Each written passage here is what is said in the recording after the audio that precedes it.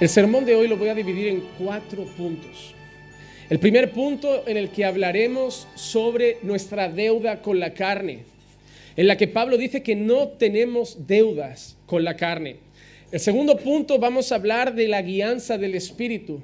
Pablo dice que los que son hijos de Dios son guiados por el Espíritu de Dios. El tercer punto es un punto maravilloso en el que Pablo dice que no tenemos espíritu de temor, sino que tenemos un espíritu de adopción como hijos por el cual clamamos Abba, Padre.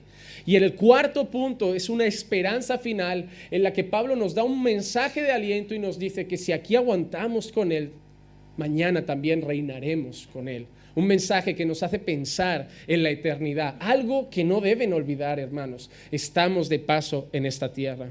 Entonces vamos a leer primeramente el versículo 12 y 13 para ir al primer punto de hoy, y dice lo siguiente: así que, hermanos, somos deudores, no a la carne para vivir conforme a la carne, porque si vivís conforme a la carne habréis de morir, pero si por el Espíritu hacéis morir las obras de la carne, viviréis. La primera cosa que el apóstol Pablo está diciendo es, así que, hermanos, que dice, somos deudores. Hermanos, somos deudores. No dice que no seamos deudores, dice somos deudores, pero no de la carne. Pero somos deudores. ¿Qué significa ser deudor? Tener una cuenta pendiente con alguien, deberle algo a alguien. Estar vinculado a una persona por algo que nos ha dado y sentimos en el corazón que se lo tenemos que devolver. Aquí lo usamos mucho en términos económicos, en términos financieros, pero Pablo no está hablando de dinero. Pablo está hablando de una deuda que tenemos realmente con Dios. La salvación ha sido gratuita. Por gracia somos salvos mediante la fe. Nada de lo que nosotros podamos hacer nos va a hacer limpios y buenos ante los ojos de Dios. Hasta nuestras mejores obras están manchadas de pecado. Nuestro cuerpo está sucio. Nuestro corazón está manchado, nuestra mente está manchada. Por muchas obras sociales que hagamos, a veces, hermano, es tan real que hay personas que hacen obra social solo para mostrar a las personas que son buenas personas. A veces hasta los mejores gestos que hace el ser humano buscan o están basados en el orgullo, la soberbia o el afán de protagonismo. Por eso la Biblia muchas veces dice que lo que haga tu mano derecha no lo tiene que saber tu mano izquierda. También la Biblia nos enseña que cuando vamos a hacer una buena obra o dar una limosna a un pobre, que no toquemos trompeta. ¿Y cuánta gente hoy hace fotografías de sus obras sociales para dejar claro al mundo que es una buena persona? Entonces, hermano, para los ojos de Dios esa buena obra nace de un corazón orgulloso, soberbio, con afán de ser adorado, con afán de ser aprobado por las personas. Todo lo que hacemos en nuestra vida suele estar manchado por el pecado porque es nuestra naturaleza.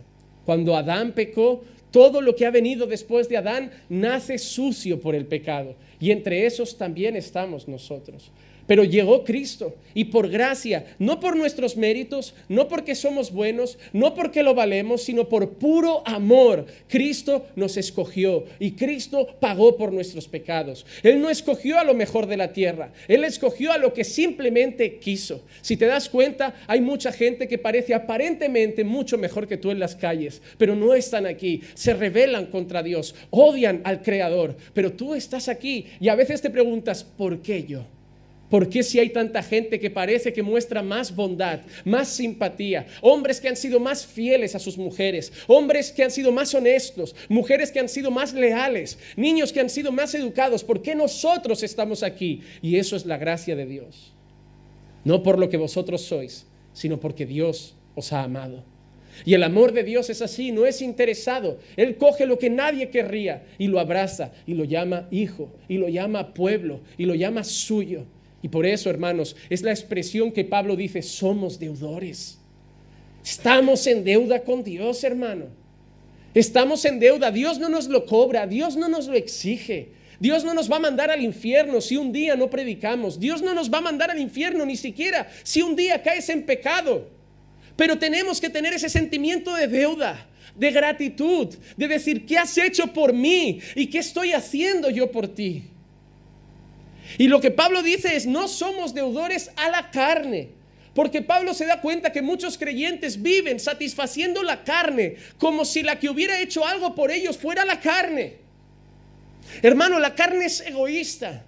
La carne no quiere tu bien. Tú crees que son deseos, tú crees que son pasiones que vienen de ti, pero solo procuran matarte, solo procuran hacerte daño. La carne te pide que engañes a tu esposa porque quiere acabar con tu matrimonio. Es lo que el pecado hace: mata, destruye, esclaviza. Y nosotros muchas veces damos rienda suelta a las pasiones para satisfacer nuestra carne. Y Pablo dice: no tenemos deuda con la carne, no ha hecho nada bueno por nosotros. Mira cómo ha sido tu vida en la carne en el pasado, y mira por qué estás aquí muchas veces con un segundo o tercer matrimonio, con un hijo que tiene que ver otros días a su padre porque estáis divorciados, cobrando una pensión cuando podríais ser una familia unida, huyendo de un país con deudas. Has tenido problemas con drogas, has tenido problemas con tráfico, has tenido problemas con prostitución. Mira lo que la carne ha hecho por ti en el pasado, y Pablo te está diciendo: ¿qué le debes a ese? ¿Qué le debes a la carne? Que nada bueno te ha traído, que nada bueno ha traído a tu familia, que nada bueno ha traído a tu historia. Mira el pasado y mira lo que la carne te ha llevado a hacer muchas veces. Solo te ha llevado a la muerte, solo te ha llevado a la destrucción, solo te ha llevado al sufrimiento. Y a veces seguimos cayendo en deseos de la carne como si la carne fuera nuestra amiga y la tuviéramos que satisfacer. No, cuando la carne te pida algo, cuando la carne te pida algo que sea contrario a la voluntad de Dios, mira tu carne, mira tus deseos y dices: no me vais a seguir matando, no me vais a seguir destruyendo, no me vais a seguir lastimando, no os debo nada. A mis deseos no les debo nada, a mis pasiones no les debo nada, porque nada bueno me han traído, hermano, y nada bueno te van a seguir trayendo. Que seas un hijo de Dios no significa que no vayas a pecar. Tu carne sigue ahí, quiere salir, quiere saltar, quiere pecar. Y tú tienes que tener esa lucha constante, hermano, y tener claro que no le debes nada, que solo viene para destruirte, que el pecado te quiere matar. Estábamos escuchando un mensaje de Charles Spurgeon que explicaba que es peor el pecado que el infierno. La gente tiene miedo al infierno, pero deberíamos temer el pecado. El pecado es lo grave. Si te das cuenta, hermanos, a lo largo de la historia hay hombres que han preferido morir en la tierra antes que pecar contra Dios, porque tenían más miedo del pecado que de la muerte que los esperaba. Hombres como Daniel, que prefirieron acabar en el foso de los leones antes de negar a Dios. Hombres como Sadrach, Mesach y Abednego, que prefirieron acabar en el horno de fuego antes que negar a Dios. Temían el pecado. Hombres como Pablo, que por amor a Dios acabaron en prisiones junto con Silas. Temían a Dios y tenían miedo de pecar. Hermano, tienes miedo de pecar. Te provoca dolor cuando piensas en pecar.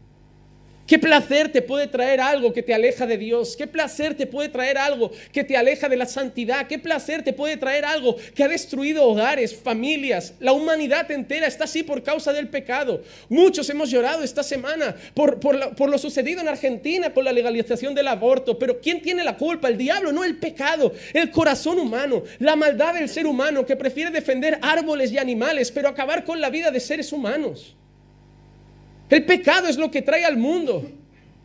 Vi una fila llena en Argentina de católicos rezando. Y sí, no comparto su religión, pero fue honorable lo que estaban haciendo. Mientras mujeres se manifestaban, les escupían, les dibujaban una cruz boca abajo en la frente, les colgaban ropa interior, los pintaban con spray, los insultaban. Y esos hombres solo clamaban, solo rezaban, sí, diferente a nosotros, pero habían depositado su corazón en su fe, mientras el corazón pecador de los que tenían delante, el corazón que no obedece a Dios, no busca a Dios, no tiene temor de Dios, estaba escupiendo, estaba insultando, estaba blasfemando.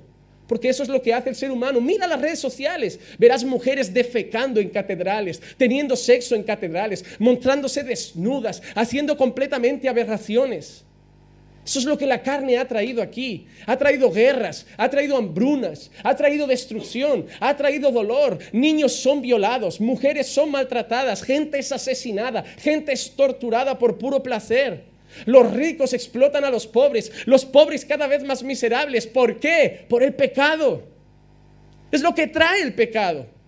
Y quizá tú no has vivido esas cosas tan graves, pero quizás has vivido infidelidades por causa del pecado. Has vivido un hogar destruido, hogares rotos. Has caído en vicios, en drogas. Ese es el pecado, hermano. Y Pablo dice: no le debemos nada a la carne, hermano. No nos trae nada bueno. No nos ha dado nada bueno. Pablo supongo que pensaba en su propia vida. Él pensaba que hacía algo para Dios y estaba matando gente, asesinado creyentes. Y Pablo pensando, ¿qué me trajo la carne? Solo muerte, muerte de inocentes, muerte de hombres y mujeres que temían a Dios. Hermano, cuando tú hablas mal de cualquier persona, no solo de un hermano, de cualquier persona, ¿qué te trae eso? ¿Qué deleite provoca? ¿Qué bienestar trae a tu casa? ¿Qué bienestar trae a tu familia? Eso es pecado. Y solo viene para que mañana tu nombre sea difamado, para que la gente ya no confíe en ti, para que la gente se aparte y acabe solo o sola, porque la gente te conoce como el chismoso o la chismosa. El pecado nos aleja de la gente, el pecado nos deja solos. El pecado destruye, el pecado mata, el pecado esclaviza. Solo quiere lucrarse, solo quiere satisfacerse, solo quiere placer, pero le da la espalda a Dios. El pecado nos mata. Y Pablo dice, no le debemos nada a la carne para que vivamos conforme a la carne. Hermano, no podemos vivir conforme a la carne. Si somos hijos de Dios, no podemos satisfacer la carne. Es nuestra enemiga. Sabemos que no nos trae nada bueno y lo que es mayor, sabemos que por ello murió Cristo. Sabemos que por la carne Cristo fue crucificado y cada vez que tú y yo pecamos, hermano, volvemos a subir a Jesús a la cruz, volvemos a clavarlo, volvemos a sacrificarlo por nosotros. Por amor a lo que Cristo hizo por nosotros, estamos en deuda y deberíamos luchar con uñas y dientes contra nuestro pecado para no caer más en él. Mira lo que dice Gálatas. Ahora bien, las obras de la carne son evidentes, las cuales son inmoralidad, impureza, sensualidad, idolatría, hechicería, enemistades, pleitos, celos, enojos, rivalidades, disensiones, sectarismos, envidias, borracheras, orgías y cosas semejantes, contra las cuales os advierto, como ya os he dicho antes, que los que practican tales cosas no heredarán el reino de Dios. Oh hermano, la salvación es gratuita, sí, es por gracia, no es por obras, pero un hijo de Dios no practica tales cosas. Si tú practicas tales cosas, no puedes apoyarte en la gracia y decir, bueno, yo practico borracheras, yo practico envidias, yo estoy en rivalidades, yo estoy en enojos. Hermano, que una cosa a veces pensamos en homosexualidad, en orgías, en drogas, pero está hablando de envidias, de cosas que están en muchos de vuestros corazones. Está hablando de disensiones, de enfados, de cosas que están en muchos de vuestros corazones, de pleitos, son cosas que están en muchos de vuestros corazones, de celos, son cosas que están en muchos de vuestros corazones. Y Pablo dice que los que están así no van a heredar el reino de los cielos. No, Pablo no está diciendo que tienes que hacer cosas buenas para salvarte, pero Pablo está diciendo que quien ha sido salvo, esas cosas ya no están en él, esas cosas ya no las practica, porque ya no vive en la carne, ahora vive en el Espíritu. Hermano, quien practica tales cosas no heredará el reino de los cielos, no heredará el reino de Dios. Será como dijo el hermano la semana pasada, le dirá, Señor, Señor, fui a la iglesia, yo sabía que tú eras Dios, yo conocía la doctrina, yo practicaba la liturgia, yo congregaba, y él te dirá, no te conocí, porque los que practican tales cosas no son mis hijos. Mis hijos obedecen, mis hijos se santifican, mis hijos se limpian, se purifican, se guardan. Hermano, no dejes que el enemigo te engañe creyendo que vas cayendo y la misericordia de Dios te sigue perdonando día tras día. Hermano, los que practican el pecado son del diablo. Es palabra de Dios. Por eso tenemos que luchar, no debemos nada a la carne. Pero Pablo nos da un consejo. Dice, pero si vivís conforme a la carne, moriréis. Pero si por el Espíritu hacéis morir las obras de la carne, viviréis. Ahora es la gran noticia. Pastor, yo tengo luchas. Yo tengo problemas con la carne. Yo tengo tentaciones. Yo tengo pensamientos. A veces llega el celo a mi corazón. A veces llega el enfado a mi corazón. ¿Y qué hago, pastor? ¿No soy hijo de Dios? Sí eres hijo de Dios. Hay dos personas diferentes. La persona que tiene eso y se levanta tranquilo y sigue tranquilo. Y la persona que tiene eso y va a luchar para hacerlo morir. Porque el hijo de Dios sufre las mismas cosas que todo el mundo. Tentaciones, luchas, dificultades, tropezamos, pero la diferencia es que nos levantamos humillados, tristes, avergonzados, nos duele. Hablamos mal de una persona, nos puede pasar, pero a la que salimos de esa puerta nos sentimos culpables, nos sentimos horribles, corremos a pedir perdón. Podemos tener un deseo carnal. Podemos incluso caer un día en un vídeo pornográfico. Pero a la que apagamos el ordenador, nos miramos en el espejo y decimos, yo no soy así. Eso no agrada a Dios. Te sientes sucio. Tienes deseos de cambiar. Tienes deseos de mejorar. Hermano, el creyente tiene una lucha constante. Eso es la guerra espiritual. La guerra espiritual no es reprender demonios, hermano. El demonio no te está destruyendo. El diablo no está zarandeando tu casa. Es tu pecado. No es el diablo. No culpes al diablo, porque entonces nunca vas a cambiar, hermano. Mientras culpes al diablo, tu casa se seguirá yendo a pique hasta que reconozcas que eres tú, hermano, y que te tienes que arrepentir. Si en vez de reprender tanto fuera te arrepintieras de lo que hay dentro, tu casa estaría mucho mejor. Los matrimonios no se divorcian por culpa de Satanás, se divorcian por culpa del pecado, de infidelidad, de traición, de gente maleducada, de ira, de odio. No del diablo, somos nosotros los que rompemos nuestros hogares. Muchas veces la iglesia nos ha hecho mirar a Satanás para lavarnos las manos y librarnos de culpa, porque el ser humano es así, le gusta pasar la pelota a otro para no reconocer sus errores. Busca cualquier niño pequeño y siempre culpará a un hermano. ¿Quién empezó la pelea? Ha sido él. Es la típica frase. Y así somos muchos los creyentes. ¿Por qué está así tu matrimonio? Ha sido el diablo. No, ha sido tú. No fue el diablo quien traicionó a tu esposo. No fue el diablo quien engañó a tu esposa. Fuiste tú. No es el diablo quien grita a tu marido. Eres tú quien le grita cuando se ira. No es el diablo quien golpea a tu mujer. Eres tú quien le pone la mano encima. No he visto al diablo entrar en ninguna casa a hacer esas cosas. Veo gente y su pecado destruyendo cada día hogares. Tú quieres carne. Eso es lo que trae, hermano. Tú sabrías que tu matrimonio podría ser extremadamente feliz si vivís en el Espíritu. Tú sabías que tu familia podría estar completamente ordenada si os sometéis a Dios. Tú sabías que tus hijos, tú, y podrías tener una relación feliz alrededor de una mesa con buena comunicación y estar sonriendo cada día si te sometes a Dios. Tú sabías que daría gusto levantarte cada mañana, sonreír a tu esposa, darle un beso en la frente, prepararle el desayuno a tu marido, abrazaros, dar gusto llegar a casa, no tener ganas ni salir al trabajo, porque estás feliz en tu hogar si os sometéis a Dios. Pero la carne trae lo contrario, tienes ganas de irte al trabajo y no llegar a casa.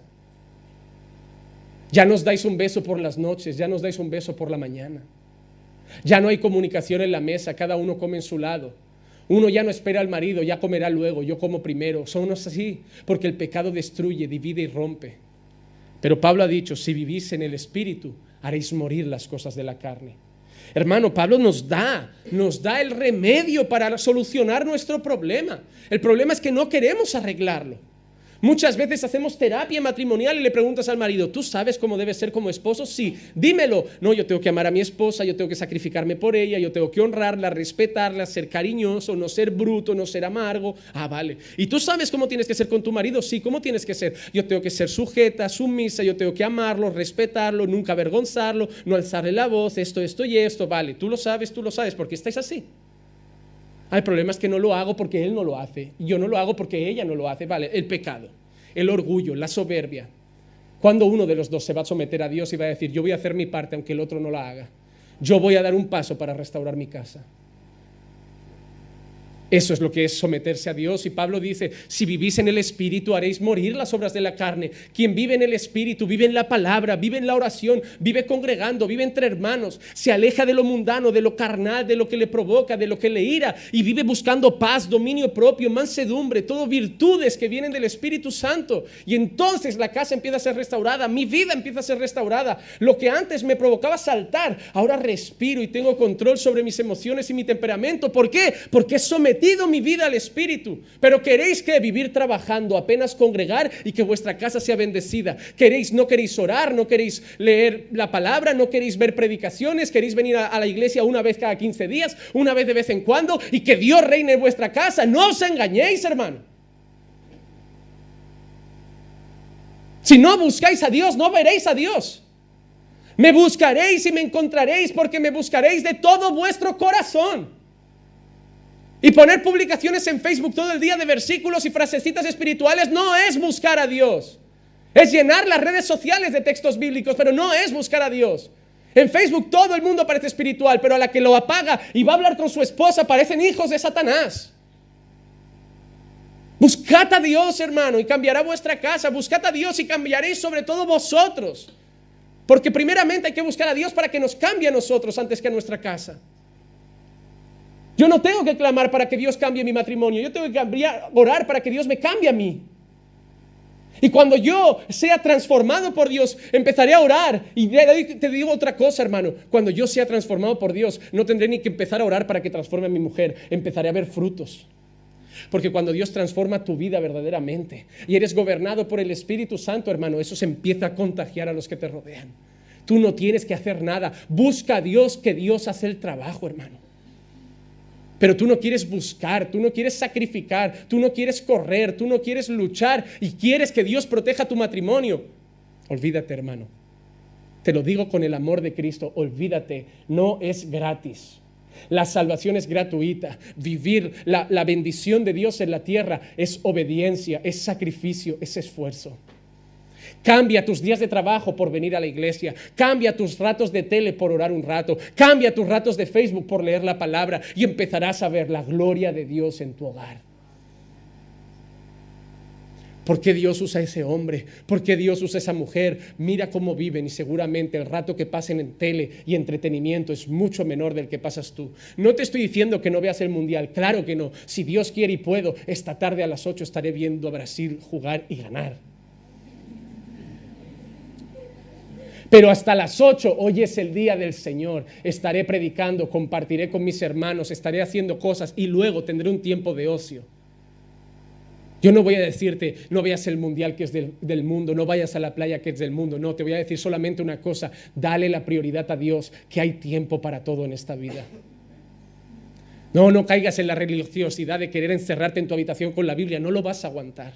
Y además no es lo que Dios quiere. Dios quiere es que disfrutes de lo que Él ha creado. Él ha creado las montañas para que paseemos y disfrutemos de la naturaleza. Él creó los mares para bañarnos en esa agua salada y disfrutar del océano.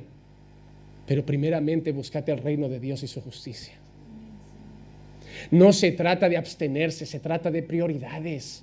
No se trata esto es de Dios y esto es del mundo. Se trata de darle a Dios el primer lugar, hermano. No te digo, pastor, es que me encanta esa serie. Vale, ve la serie. Me encanta esa película, ve al cine. Pero primero dale el tiempo a Dios. Que Dios sea tu prioridad, que te sometas a la oración, que te sometas a la lectura bíblica. Márcate un horario, cada día una horita para el Señor, un par de horas para el Señor y luego dale tiempo a la tele si quieres. Relaja tu mente, vete al parque con tus hijos, pero dale lo primero a Dios. Y si no tienes tiempo durante el día porque tienes mucho trabajo, madruga, levántate a las 4 y de 4 a 6, tus primeras horas del día para Dios, tus primicias para Dios y luego vive el día. Pero lo primero para Él. Porque Él dio lo primero para ti, que es su Hijo amado. Él dio lo que más valor tenía, su Hijo. Y ahora nosotros le debemos nuestra vida, hermano. Tenemos que someternos a Dios. Hermano, corre a Cristo. Búscalo en oración. Ves al trono de la gracia, dile que te perdone, que te ayude, que te cambie y veremos en esta iglesia cómo tu vida cambia, cómo tu carácter cambia, cómo tu mirada cambia. La ira no tiene que ser a gritos, se os ven los ojos, el enfado se ve en los ojos, el celo se ve en los ojos, el rencor se ve en los ojos. La falta de fe se ve en los ojos, pero si tú imploras a Dios, buscas a Dios, te sumerges en la palabra, la fe viene por el oír y el oír de la palabra de Dios. Usa la oración que enriquece, que empodera, que levanta, que fortalece. Y tu vida será transformada. Punto número 2, versículo 14. Porque todos los que son guiados por el Espíritu de Dios, los tales son hijos de Dios.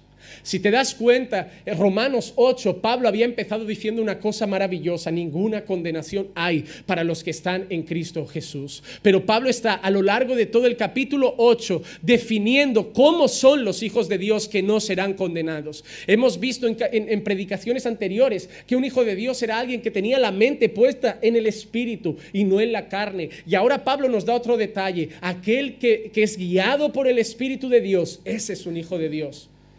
Hermano, ¿quién guía tu vida? ¿Quién decide por ti? Cuando vas a decidir algo en tu vida, ¿quién decide?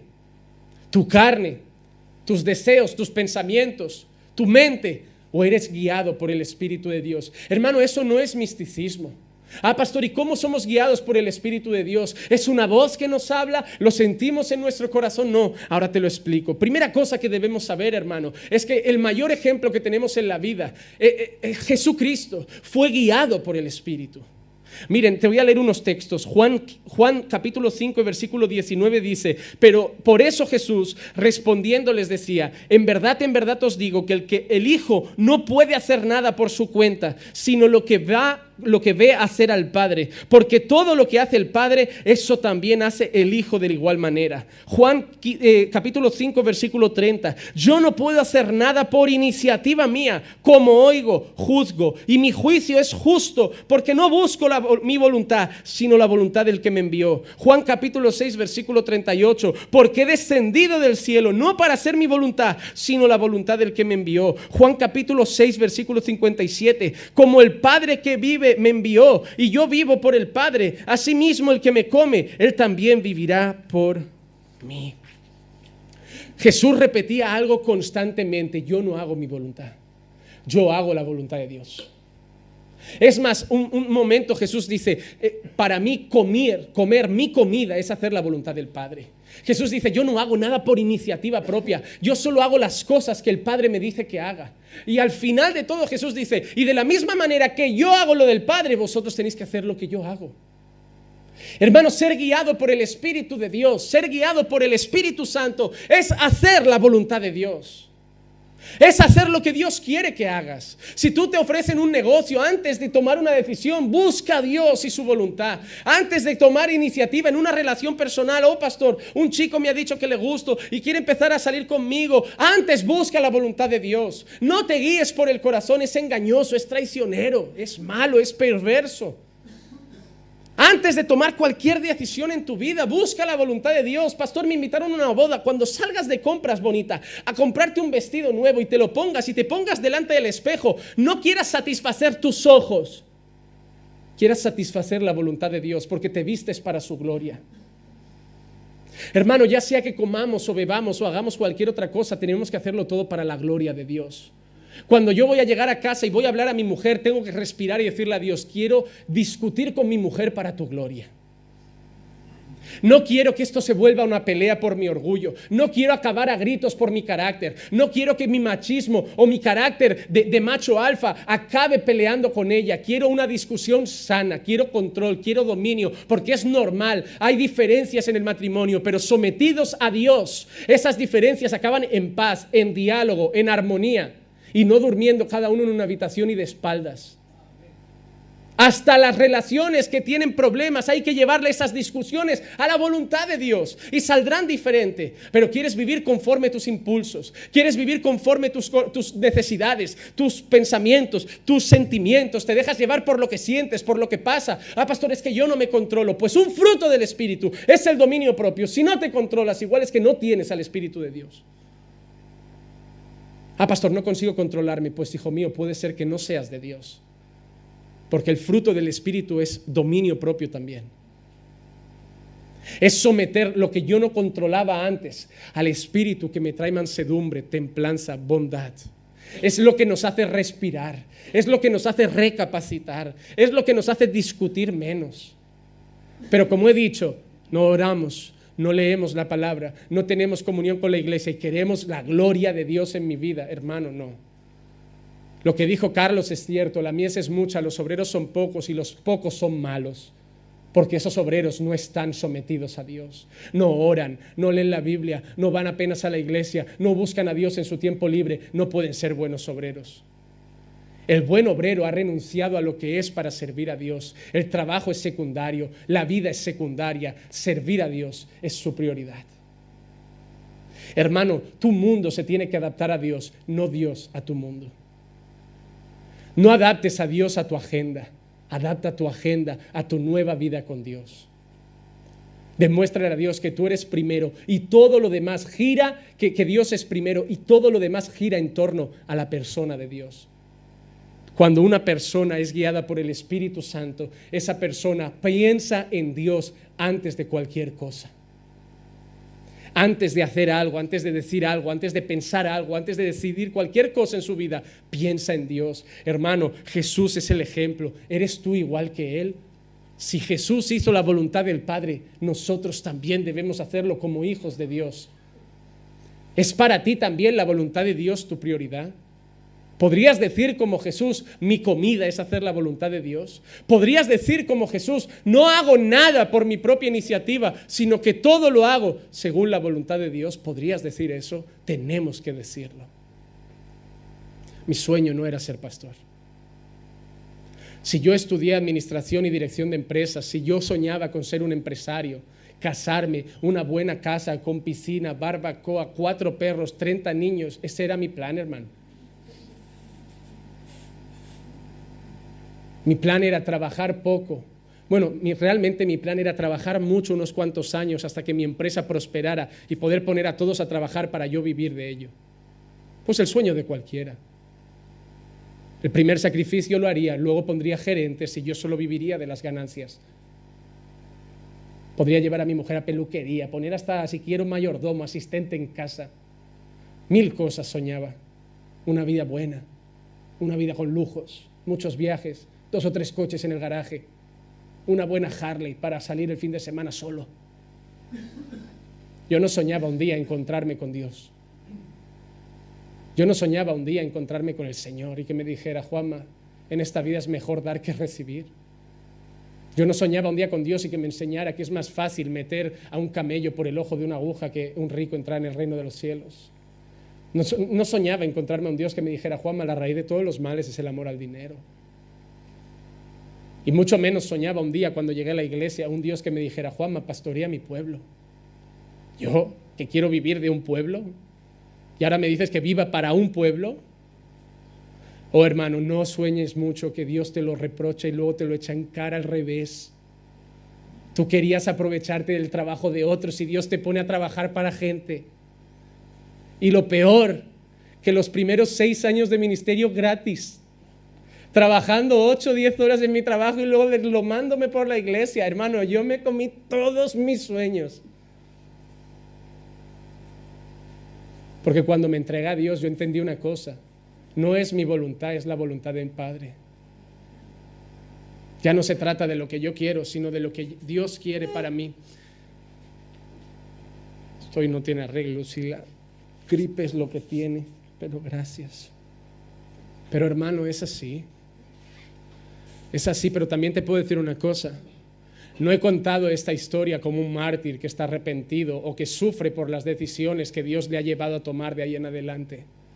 Ahora mismo, si me dijeras, cámbialo y te doy todo de golpe, no lo quiero. Porque cuando uno ama a Dios, no solamente hace su voluntad, sino que Dios trae gozo cuando hace su voluntad. Ahora, mi mayor deleite es ser pastor del pueblo de Dios. Aunque eso no me lleve mañana a tener una gran casa y 4 coches. Pero es el mayor deleite que tengo, porque cuando haces la voluntad de Dios, Dios trae gozo.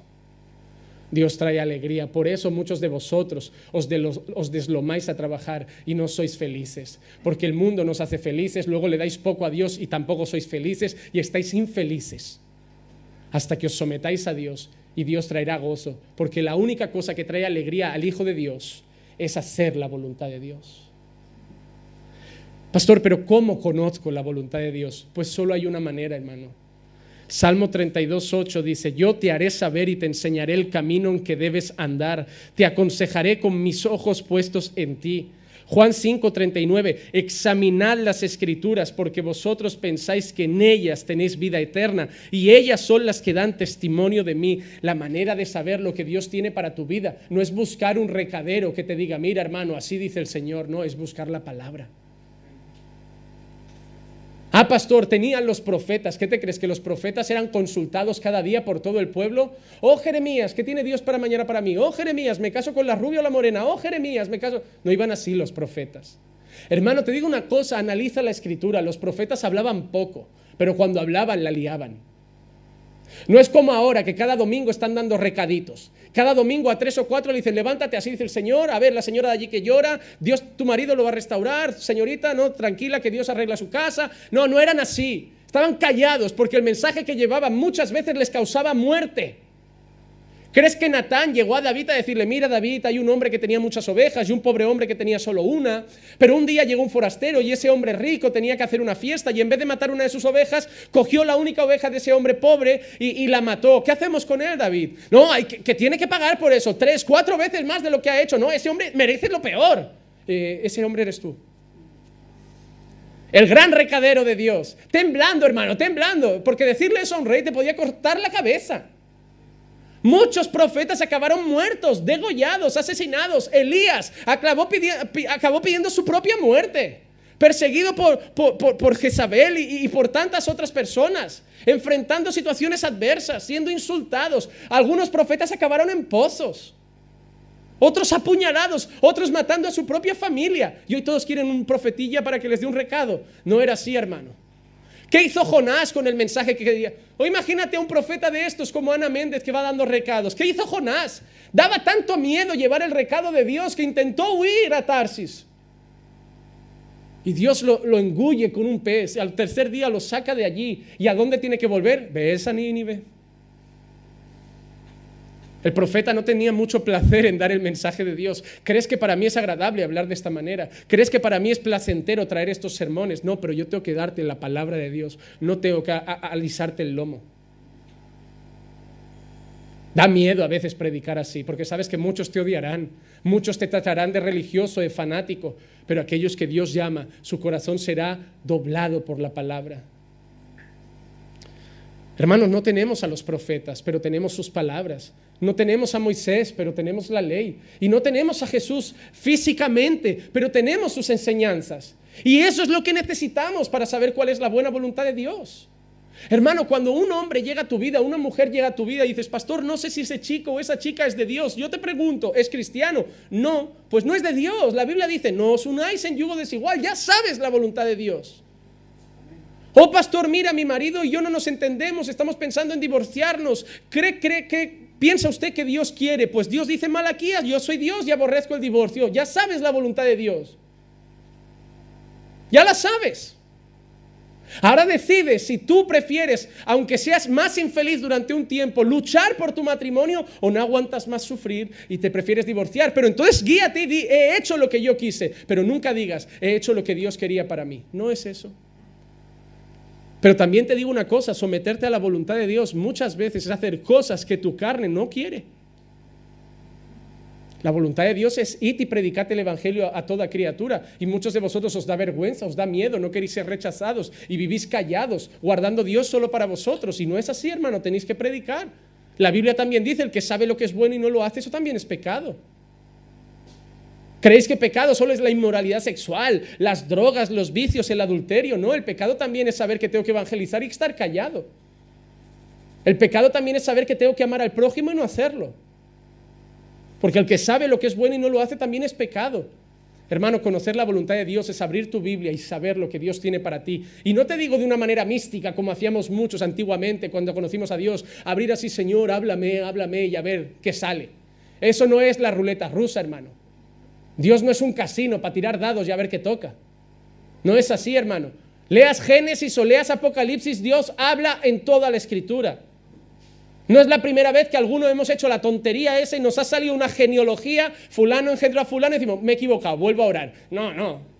¿Qué cachondeo es ese, hermano? Lee la palabra porque toda la Escritura es inspirada por Dios. Toda, la genealogía también. No te la saltes porque ahí Dios también te quiere contar algo. En esas partes que te aburren de fulano engendró a fulano, fulano engendró a fulano, léela con cuidado, porque Dios también tiene palabra ahí y Dios quiere dejar eso escrito por algo.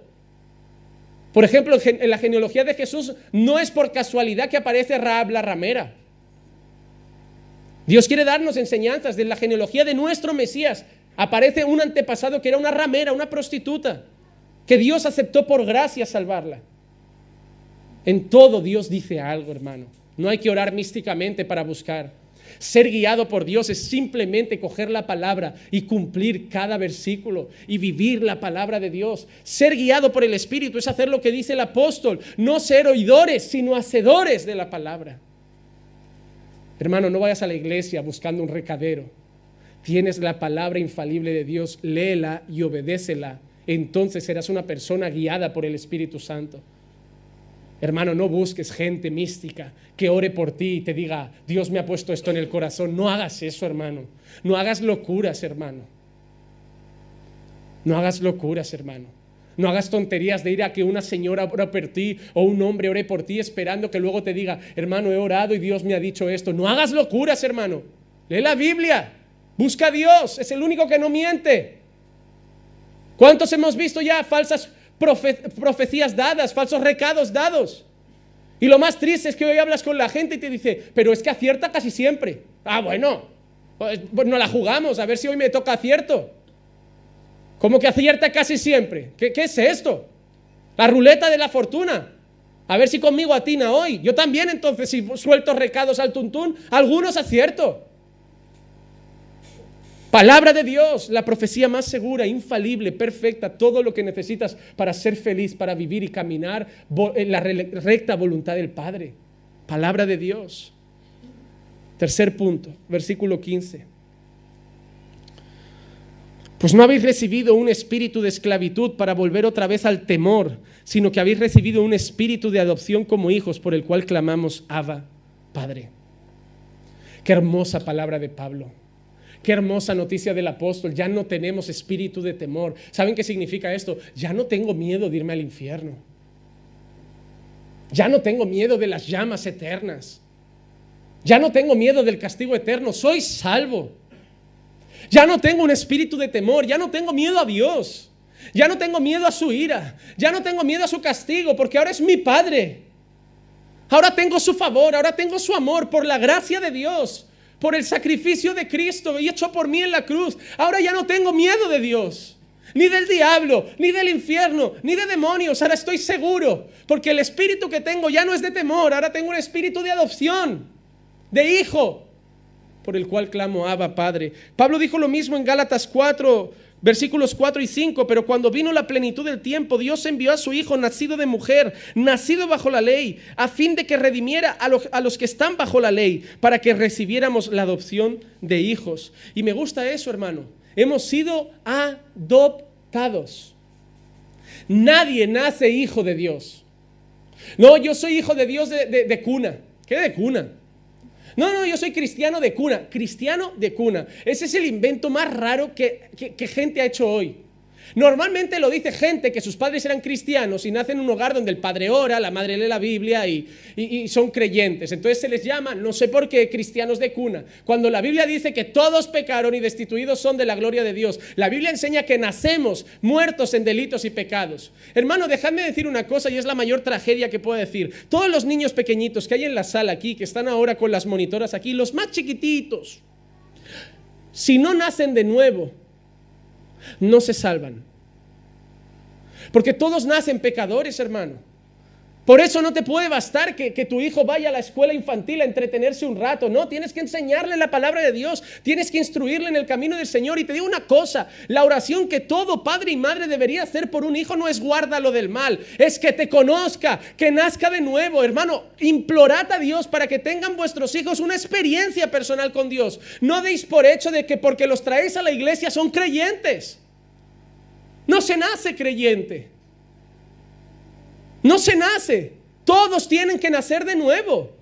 Porque tu hijo nazca en vez de con Dora la Exploradora, con dibujos cristianos. Porque tu hijo nazca en vez de con cómics con la Biblia. Porque tu hijo nazca en vez de prostituyéndose en las drogas, yendo al culto de jóvenes, no significa que seas salvo. Es más peligroso, porque lo has hecho crecer en una cultura evangélica y él cree que está cómodo y ya lleva en el ADN el cristianismo. Pero tienes que hacerle entender que tiene que nacer de nuevo. ¿Por qué predico el evangelio en la iglesia? Para que los jóvenes que llevan años y desde que nacieron en la iglesia también conozcan a Dios. Traer a la iglesia a tu hijo no salva. Tu hijo necesita un encuentro personal con el Señor Jesucristo. Tu hijo necesita decir un día, me arrepiento de mis pecados. No, pero mi hijo no ha probado el mundo. Es que tu hijo no tiene que probar el mundo, lo lleva en la carne. Tu hijo no tiene que ir a Sodoma, está dentro de su corazón. La maldad no es lo que está afuera. Hay padres que desde pequeño quieren traer aquí a los hijos a rastras, evadiéndolos del mundo. No, haz que nazcan de nuevo y no te tendrá dar miedo que tu hijo esté en medio de las tinieblas. Pero te da miedo que esté en las tinieblas porque nunca has sabido lo que es la luz tampoco. Hermano, cuando uno conoce a Dios puede estar entre rameras, puede estar entre drogadictos como hacía Jesús, puede estar entre pecadores como hacía Jesús. No estuvo Jesús ayudando a la adúltera, no estuvo Jesús con prostitutas, con pecadores, con la peor escoria. Porque cuando uno sabe que es luz, no le da miedo estar en medio de las tinieblas, porque las tinieblas no apagan, las tinieblas se iluminan.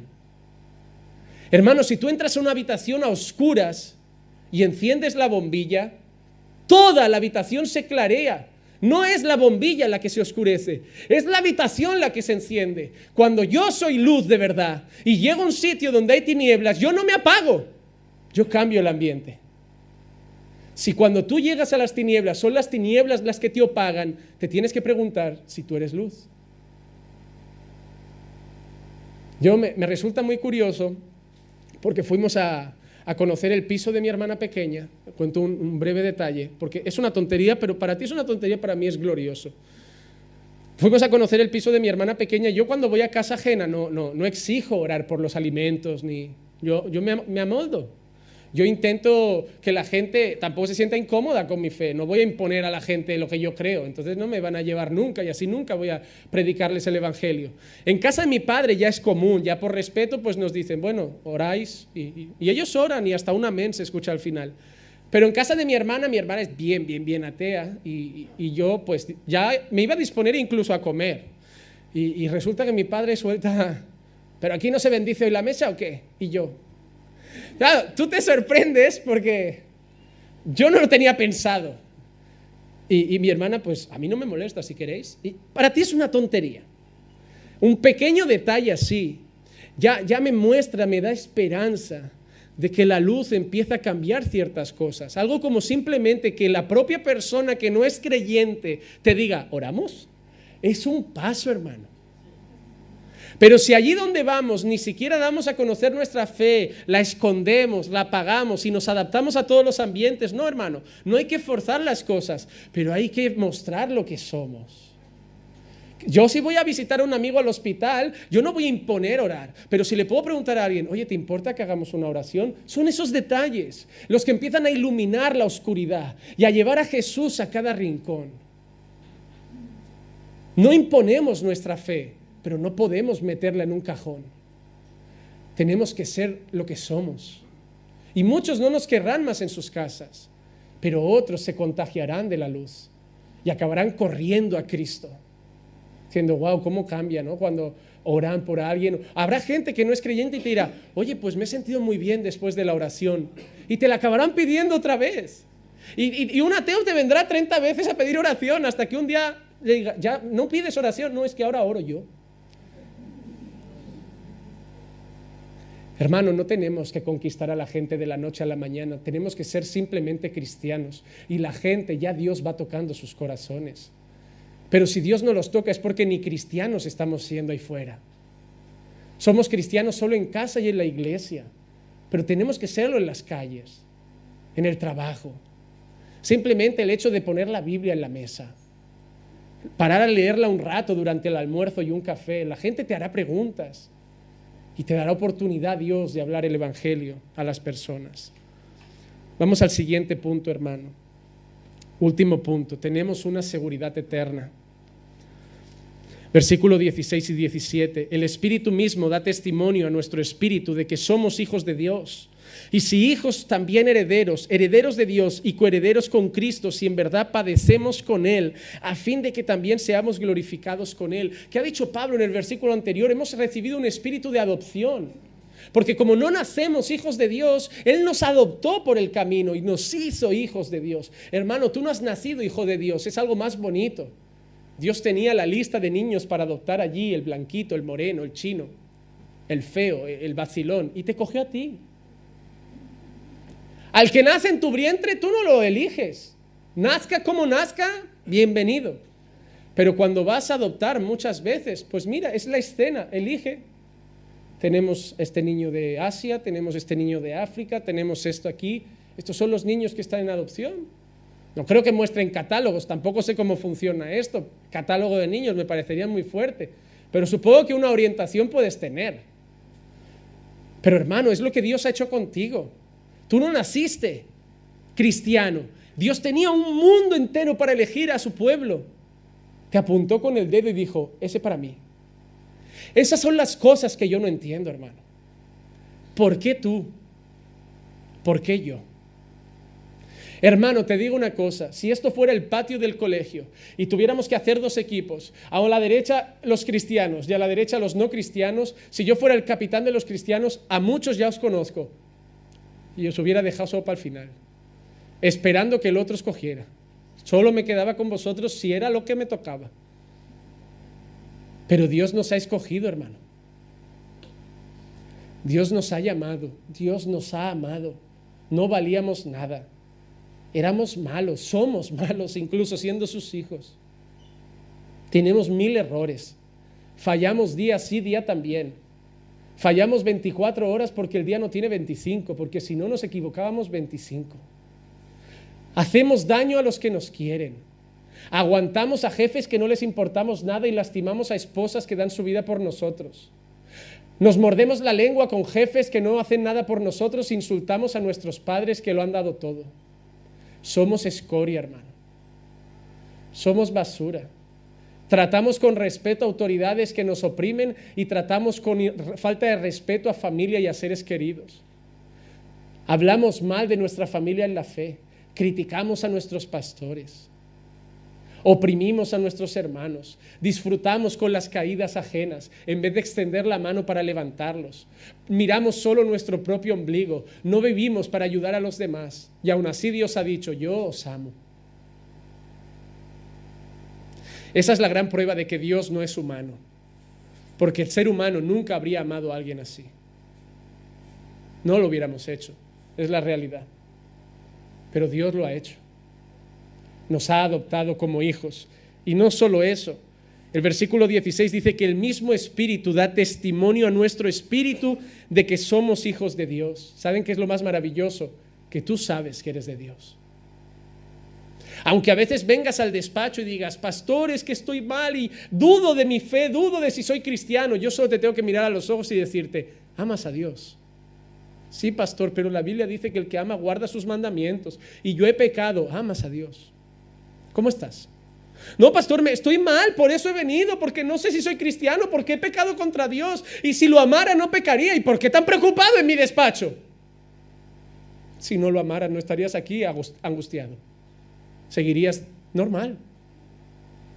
La prueba de que estás en mi despacho dudando de tu fe y sufriendo es porque no lo quieres hacer más. Eres cristiano. Ya, pero he pecado. ¿Y? La prueba no es que has pecado, la prueba es cómo sufres por lo que has hecho. Hermano, todos pecamos, pero solo el Hijo de Dios sufre cuando peca. Y es cuando el Espíritu da testimonio, lo que muchos hemos llamado mucho tiempo, pastor, mi conciencia me atormenta. No lo llames conciencia.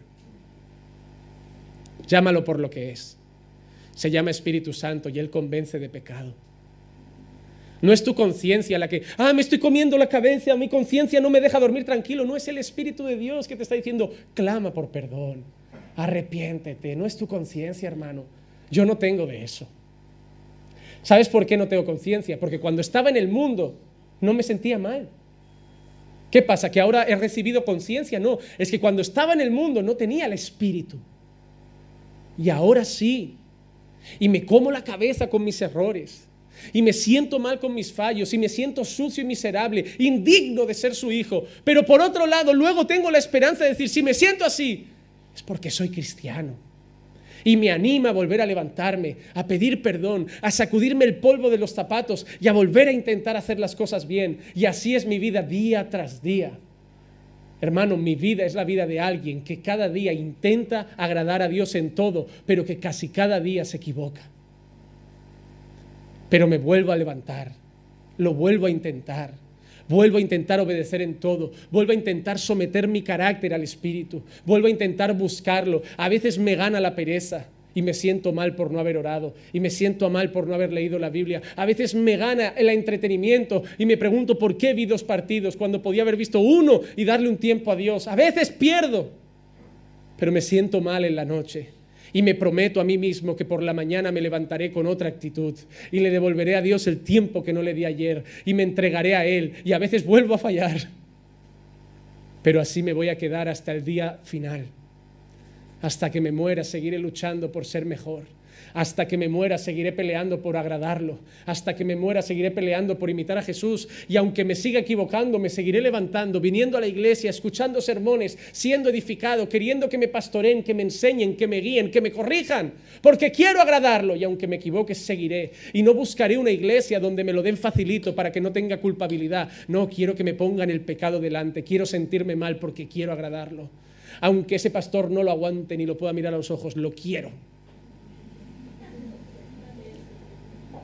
Porque no necesito a alguien que me engañe, necesito a alguien que me diga la verdad. Aunque a veces me duela. Porque la mentira mata, pero la verdad duele, pero cura. Transforma, sana.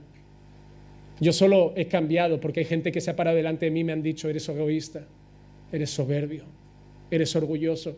Yo no, yo sé lo que soy. Esa es tu opinión. Ir a casa pensando: te han calado, tío, te han calado. Y duele un montón, hermano, porque tú piensas, si lo ven es que esto ya es escandaloso. Pero es cuando llegas a Dios y decir: Señor, un hijo tuyo no puede ser orgulloso. Jesús no era soberbio. Jesús era humilde. Y yo sé que no puedo cambiar, Señor, porque llevo toda la vida diciéndole a mi madre: tranquila, mamá, que cambio. Llevo toda la vida diciéndole a mi mujer: no lo haré más. Y lo vuelvo a hacer.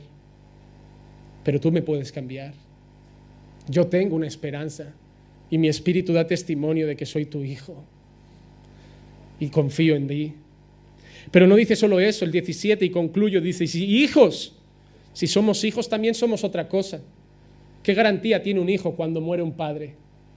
La herencia.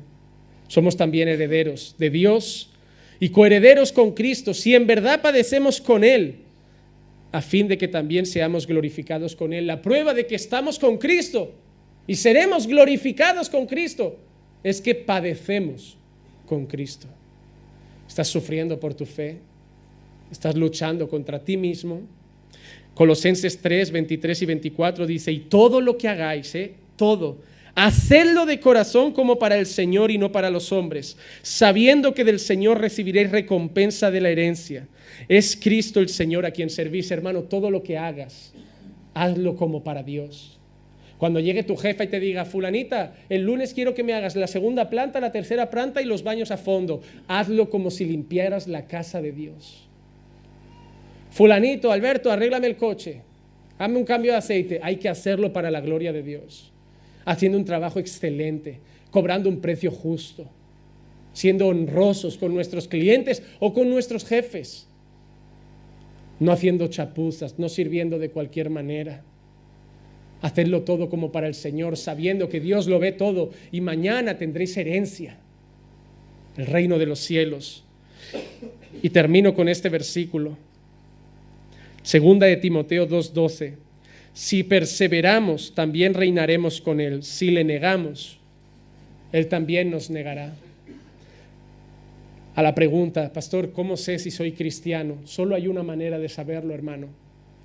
Vas a seguir en los caminos de Dios hasta el final.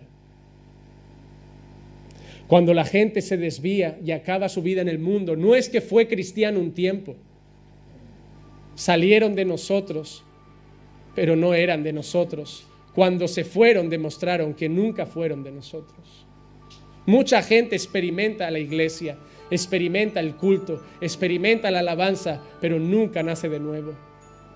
Pero hermanos, si luchas por crecer en santidad y a pesar de lo difícil que es, cada domingo vuelves, cada semana te levantas y sigues así hasta que tengas el pelo blanco y hasta que deje de latir tu corazón, tú reinarás con Él. Porque los que perseveren hasta el fin, esos serán salvos. Y si tú eres hijo de Dios, tranquilo, que aunque seas débil, Dios te hará perseverar, porque nuestra fuerza viene de Él. Si dependiera de nosotros, pastor, yo creo que la salvación se pierde. Si tú crees que depende de ti, la vas a perder. Pero yo sé que depende de Dios. Que yo hay mañanas que no quiero venir y Él me dice: ve.